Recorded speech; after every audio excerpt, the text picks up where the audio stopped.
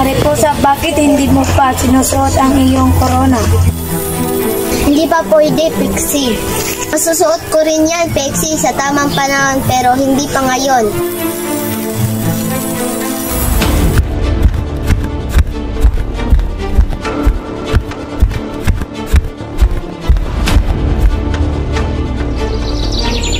Mariposa, Mariposa.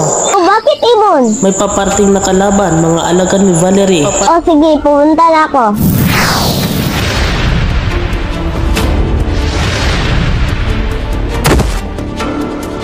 Huwag kayong mag-alala mga alagad ko, ako nang bahala sa kanila.